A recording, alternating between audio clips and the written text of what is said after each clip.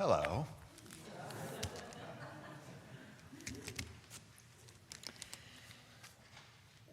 When I read, I mostly read British criminal procedurals. But this year I've read more expansively. I've challenged myself. I've read several books about antiquity and about the origins of our Christian religion. First on the list, a new book by Elaine Pagels, a religious historian, this one titled Miracles and Wonder. It left me wondering, all right, whether there's any historical basis for my Christian faith at all.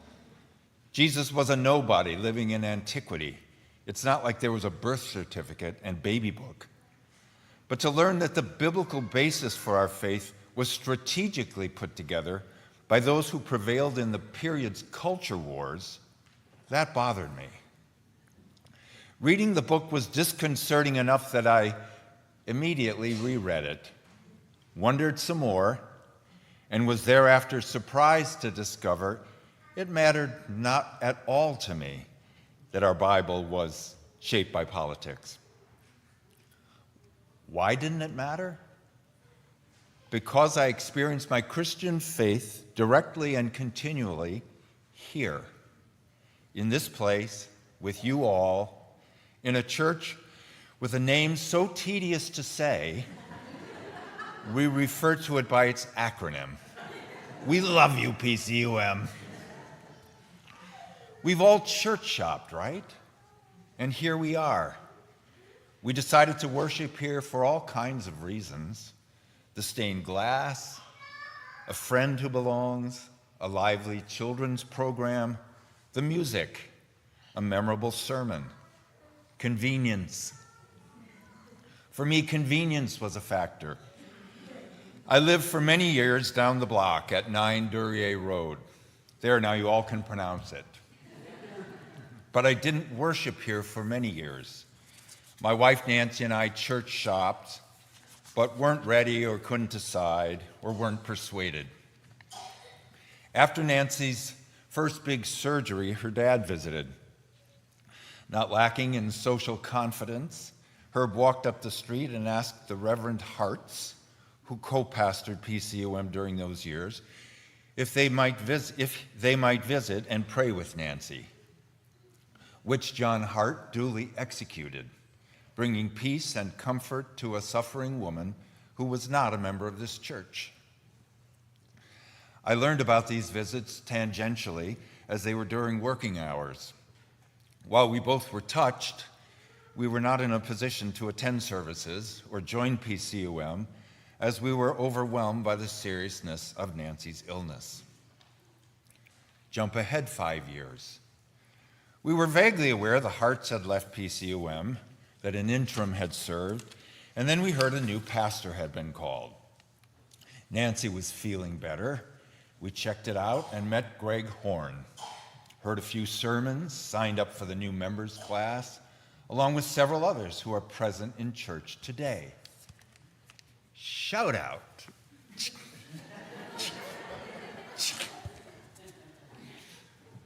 So that's how I came to PCUM. I can't remember when exactly I started singing in the choir, but I remember walking into the choir room the first time to rehearse for a Christmas concert and taking my seat next to Bob Whiteley and Steve Culbertson. Shout out. From that day forward, my church experience has been steeped in the delight and reverence and fellowship of music making. Worship God. Sing God's praises. Do it again. Sing God's praises. Worship God. Do it again. Do it again. I don't know why the repetition matters, but it does. I feel I am participating in our church's vertical reaching out to God. We do that together in worship. We are doing it right now. I have experienced the horizontal reach of the church as well, the caring for each other and beyond, mostly as one who received care. I already described how Nancy and I were cared for as neighbors of PCUM. Likewise, as members, we were cared for. When cancer struck for a third time, En route to emergency brain surgery, through the back hallways of Overlook Hospital, during these confusing, terrifying moments, Greg Horn appeared. Hello! To join us on our short, fraught journey, offering comfort and prayer. Miracles and wonder indeed. During Nancy's final illness, Greg continued to provide friendship and support.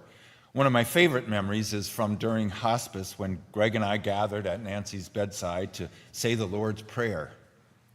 The door was slightly ajar, we were alone in the house, and then the door to the bedroom opened. Surprise, wonder, it was our dog Pearl. I don't care what you say, the dog recognized the moment. I'm grateful to have been cared for in this church, as have so many of us, as you will be, in the best and worst of times. As to the best of times, Bonnie and I celebrated a pop-up wedding here. I count as brothers and sisters many here. I experienced joy here. As one who values ridiculousness next to godliness, I am at home here. It seems important we engage in church. Therefore, reach out when you are in need of pastoral care or with a question. Engage as a parent seeking an opportunity for your child, as one who is available to serve in a practical capacity, as one who returns Sunday after Sunday to hold down a pew. Because the repetition matters, it's transformative. Engage socially, lend help to one of the church's charitable initiatives. Participate with your child or teen in a program. Join a study group. Support PCUM financially. Keep coming. When you drift away, come back. I don't know why the repetition matters, but it does. Our good and wise Shepherd-in-Chief, Reverend Horn, is well equipped to undertake all our engagement in these matters, but not able to do it all the time. With respect to stewardship, calling an associate pastor means more engagement with us, with you, with our children, in diverse ways, in order for us to experience our Christian faith. Miracles and wonder. We are undertaking a pilgrimage of faith together. How great is that? I am approaching the wrapping up moments in my presentation where I pull it all together and make a case for you, increasing your financial support for PCUM. This is your church. You chose it and you chose well. PCUM is you. It's for you, your children, your loved ones, your concerns, your preferences, your community, your God, your joy, your losses, your past, and your future. Own it. Own that you chose it and you chose well. Please join me in investing in it. We are solid, a church well-balanced between its vertical and horizontal reach, guided by church leaders and staff who are kind and intelligent and adorable. God bless you.